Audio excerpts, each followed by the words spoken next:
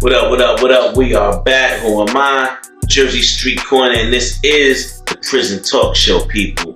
So today, I have a very, very interesting story for you today. This story is about inmate Harry Oh My. Yeah, y'all heard me right, y'all. Harry Oh My. We're gonna get into it, y'all. But just know, this is a deadly, deadly inmate. Coming up next on the Prison Talk Show.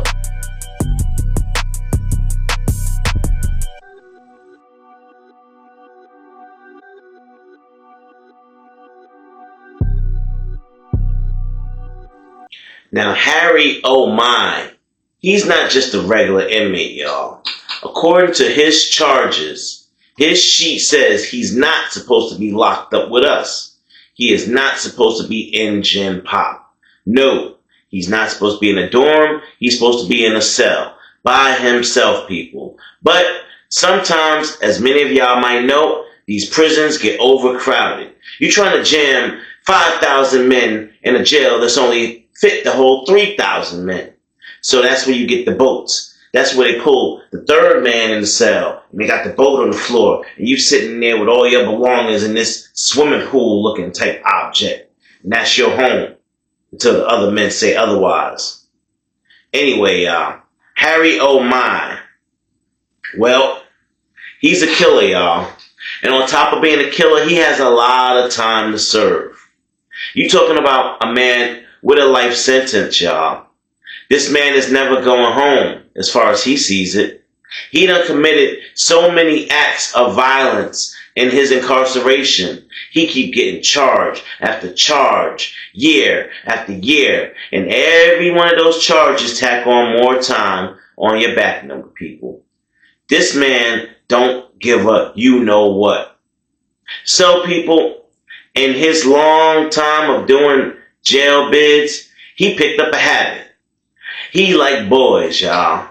But he don't want the regular boys that y'all thinking about. He want to turn his own boys out. Yeah, that's his thing, y'all. He go from jail to jail because they just keep shipping him, y'all. He just got out of lockup. They just keep shipping him because they don't know what to do with Harry Oh My. This big dude, he don't care. He will knock a CO out in a heartbeat and get that whooping and go to the back for a year, I'd say, and come right back out and do it again because he don't care. So, people, they bring Harry Oh My to our pod. And they tell us, listen, y'all, it's only temporary. Just give us 2 days and we're going to have him out of here. Just y'all stay away from him. Don't start nothing. Try and keep things civil. And we looking at him like, once again, y'all done violated our little bit of rights that we have up in here. The right to be safe. Y'all not supposed to have him in here with us. Now, if we do something to him, don't be asking us no questions. If we do something to him, don't be putting no investigation and locking us down for a month for doing what we had to do to survive up in here in this penitentiary. With that being said, y'all, they opened the doors and Harry Oh My strutted his ass on in. They put him in a cell with one of the young bloods. Yeah. Now, I don't know if this was on purpose because the young blood room that he went to, his name was Jerome. And yeah, he was one of our, let's say, crash outs. You know, our prospects. We was grooming him. So when we needed things done, we sent him. When we needed to put a lick out, you know, Jerome would go and send that message for us. But anyway, y'all, they sent Harry Oh My down there into Jerome's cell. Alright, y'all. What I'm going to tell y'all next, this really happened, y'all, whether y'all believe it or not. I'm not up here for the BS, y'all. I'm here to give these stories and give y'all my experience on the correctional facilities I visited. And what I witnessed was Harry Oh My's brutality, y'all. Now, like I said, my cousin, he was a big blood. So if anybody disrespected one of his bloods up in there, it was going to be a problem. They had to settle it. They had to resolve the situation. Now, lockdown will come. Everybody's in their cells. Now, like I said before, you could see most of the cells at a certain angle. You could kind of get a glimpse of what's going on in there a little bit. Now, of course, the people that's next door are going to hear everything. They said Harry O'Mai walked in that cell immediately and told the young boy Jerome, "I got that bottom bunk, dude." And Jerome tried to buck because, he's supposed to be a blood. He said, "Hey, listen, man, ain't going to be none of that chumping nobody up in here. You don't know who you dealing with. My brother's going to deal with you when this count over. Don't make me have to turn this into an issue, bro. Jump on and up on that top bunk and go about your day." Harry O'Mai said, "I say no more, say less." He put his stuff up on the top bunk, y'all. And Harry, he went on ahead and hopped up on that top bunk. He said, "Yeah, that's what I thought. Coming up in here trying to act like I'm some buster." Now Jerome, he in there feeling himself. He has no idea he talking crazy to a killer. This man on the top bunk will wear you out. He will sit up and wait for you to go to sleep before he attacks. So, the doors will pop open and everybody come out their cells. And now immediately, Jerome go to the homies. He go tell the homies exactly what just happened in that cell. Dude tried to press me. Dude tried to say he want the bottom bunk. Act like he was going to do something to me. I put him in his place, though. I told him what it was. He ain't going to try that again. I bet he don't. And they looking at him like, "Hey, look, young blood. Listen, man. That dude in your cell is a straight up killer. He cold, man. You might want to watch your mouth around him. Listen, I'm going to tell you again. The dude is a killer and he won't think twice about taking you out, young blood. We ain't going to be able to help you when them doors lock, young blood. So please listen to the advice we're giving you. Go find yourself a shiv. Quick. And make sure you got it with you at all times. We're not always going to be there to hold your hand. You're going to have to be a man and stand up to Harry O'Mai." So that's what he did, y'all. Jerome went and got him a shank, a shiv, a blade, whatever you want to call it. And he had it with him at all times in his side. He was ready, so he thought. Now, getting back to Harry O'Mai. The rumors about Harry precede him. What they say is, Harry, well, let's just start with that. His name, Harry, y'all. That's not his real name. They call him Harry, and y'all gonna think this is gross, but he like guys with hairy butts. Yes. Hence the name Harry O'Mai. That's what they donned him. They said he a big sweet puff that like dudes with hairy butts. And he'll knock you out and play with your butt.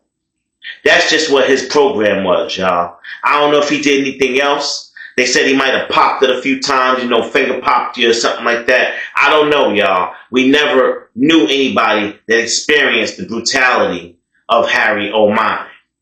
So, Harry was a middle-aged man. I guess in his mid-40s or so, pushing 50. So, he was pretty fit, He was ready for the BS, if y'all wanted to get there. Harry made sure that every night he did his push-ups, y'all. So, when he got back in that cell, he hopped back on that top bunk. He acted like he was chilling, y'all. He couldn't wait for that young boy to get back in that room for lockdown. Because in Harry's mind, he gonna have fun with this one. This one tried to punk him.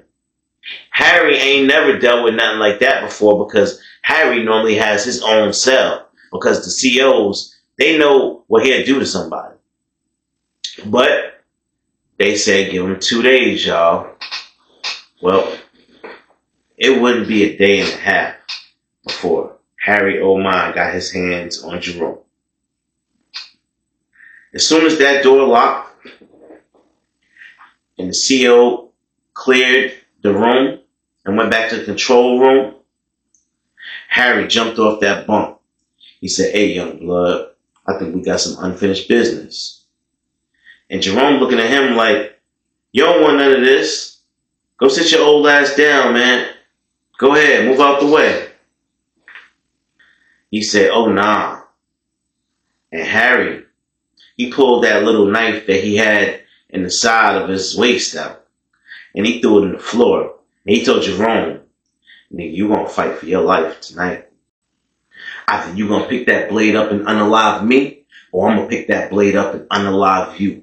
What's it gonna be, young blood? Make your choice. But I like you, I want you, and I'm gonna have you tonight." That's exactly what Jerome had coming for him. Because Harry didn't play any games, y'all.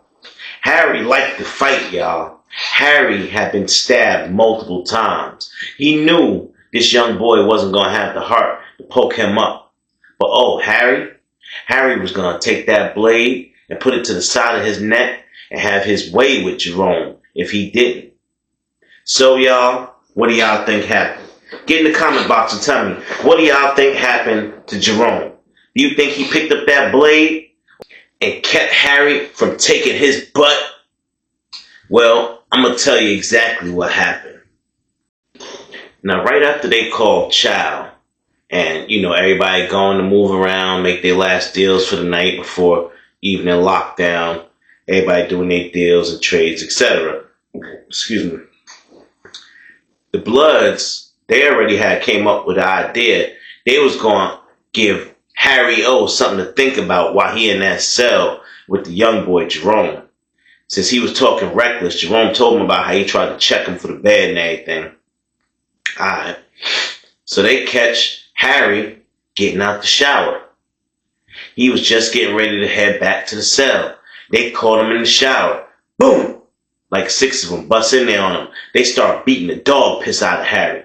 Hands, feet, elbows, knees, all that. They beating the piss out of Harry. Bang, bang, bang. You better not ever try no shit like that again with my homie. That's my brother. That's my brother. Bang, bang. What you think this is? Boom. Try it again. Boom. They stomping Harry's face in. But Harry a G, y'all. Harry took that whooping. He ain't go hit the gate.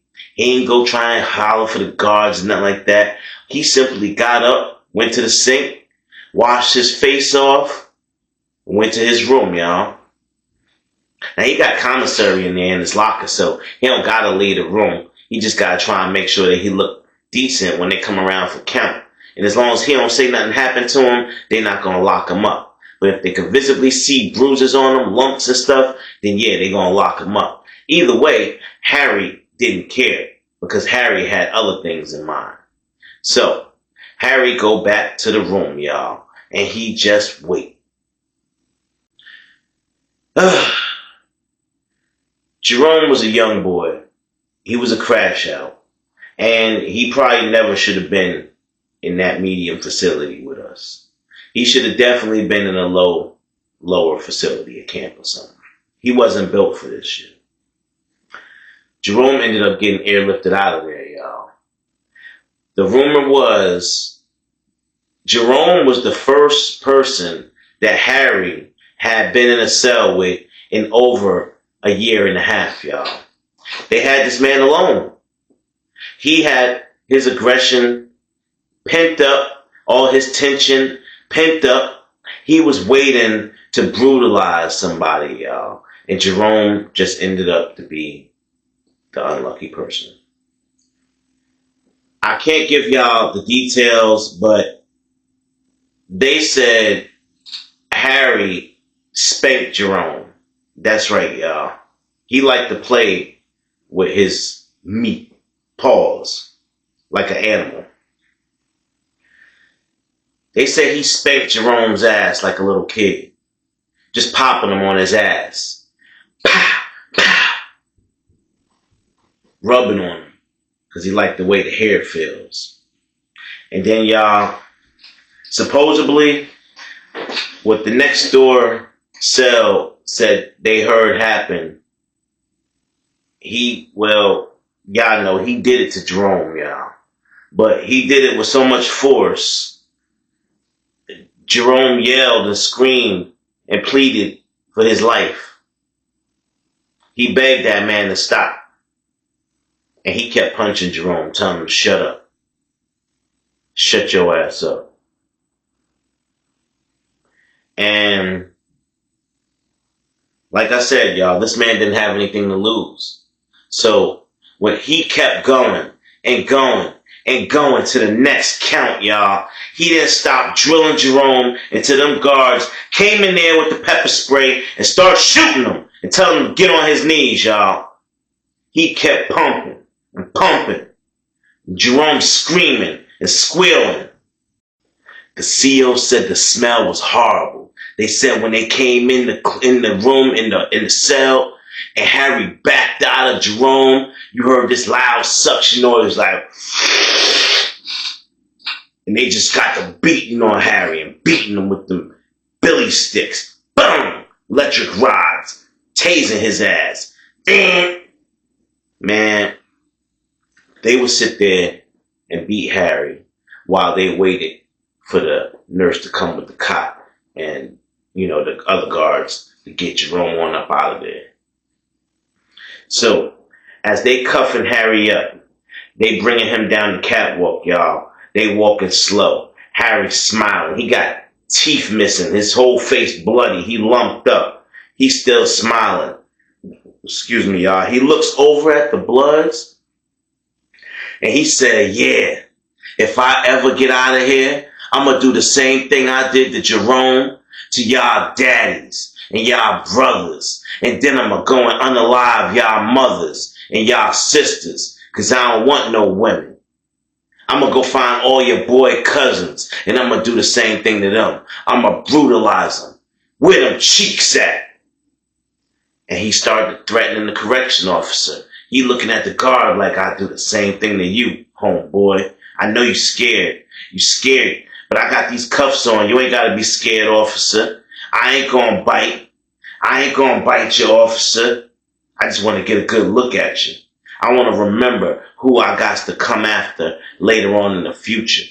Because, I will see you again. Whether it's in lockup or they let me back out of lockup in passing, somebody will come to my cell. And with that, y'all, they walked him on up to the solitary pod, y'all. Rumor has it, as they was uncuffing him to put him in his solitary cell, somehow, and I don't know what's wrong with North Carolina, y'all. They know the situation. They got some very, very bad people in here. Why don't they make these correction officers work out? Or there should be a minimum of, you got to be at least 260, 300 all muscle to work here or something, because they just be getting tossed around. Harry got loose, y'all. He took both of them in the cell with him and closed the door. Yeah, y'all, Harry is a real monster. They said he beat the brakes off of them officers, both of them at the same time. Harry in there giving them both work. And don't nobody know. It ain't no cameras up there. Nobody know they just got dragged up into the cell. Harry in there pounding down on both of them. Boom, boom, boom. He banging their heads together. Boom. He hitting them with knees to the face. Bow. Throwing them up against the wall. Boom. Then he grabbed one of them, a little blonde dude with blue eyes. He grabbed him and said, yeah, I had my eyes on you for a long time. Boom. Punched him in the stomach. Then he kicked the other one right in the jaw. Boom. Made sure he was knocked out. He said, yeah, I'm going to do exactly what I said. I'm going to brutalize them cheeks. He grabbed that CO and got to working him and working him and working him. Yes, y'all. He raped the correction officer in the cell with the other officer knocked out on the floor. No help came. Nobody came. So what he do? He grabbed the other one and started to grape him too. And said he gonna keep graping them until they come in there and do something about it. Well, y'all, It'd be about a good 10 minutes would go by that this man is in there brutalizing these officers before even the inmates who are trained not to snitch and rat, y'all, couldn't take the sound no more. The sounds that those officers was making in that cell. They start hollering, yo, help, get him some help. Get them officers some help, man. Get this guy out of here. He's a monster. We don't want him in this cell. We don't want him down here with us. Get him out of here. They run up in there, y'all. Now they're about 20 deep. And they finally get up there and they see the scene, y'all. I'm not even going to discuss the condition that these two officers are in when they get there. All I'm going to say is these two officers got taught the worst lesson of their life. Needless to say, I never saw those officers in the pod again. I don't know if they kept their jobs and went to a medium facility or minimum, or a camp, but these two officers should not have been there in the first place. They look like teenagers, y'all, and well, they got the business handed to them.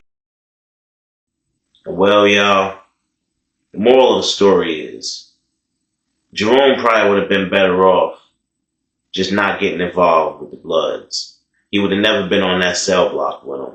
He would have never been the crash out. And he would have never been the one that ended up on the bad end of Harry, oh my. If you like this story, y'all, stay tuned for more. Follow. Subscribe. Do all of the good stuff that you're supposed to do on YouTube. And I'll get back with y'all at a later date. I'm out. Make sure you subscribe to the channel. I drop a new video every other day, and you never know what corner's gonna be talking about. If you have any specific topics you'd like to hear, get in the DMs, people. I need to hear your suggestions. But right now, I need you to hit that like button, share the videos, and subscribe. Show your boy Corner some love. Alright, y'all, with that, we out.